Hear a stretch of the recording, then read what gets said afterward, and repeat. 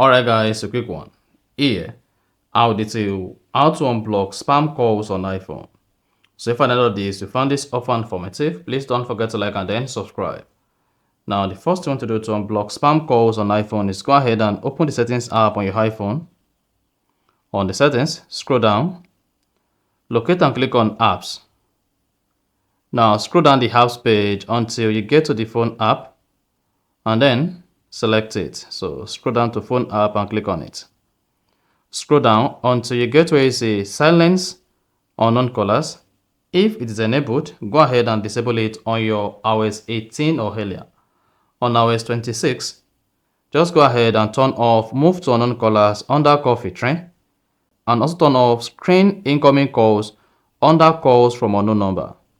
And then you are good. So this is going to help you to receive spam calls on your iPhone. So that is basically how to unblock spam calls on iPhone. So if you found this offer informative, please don't forget to like and then subscribe.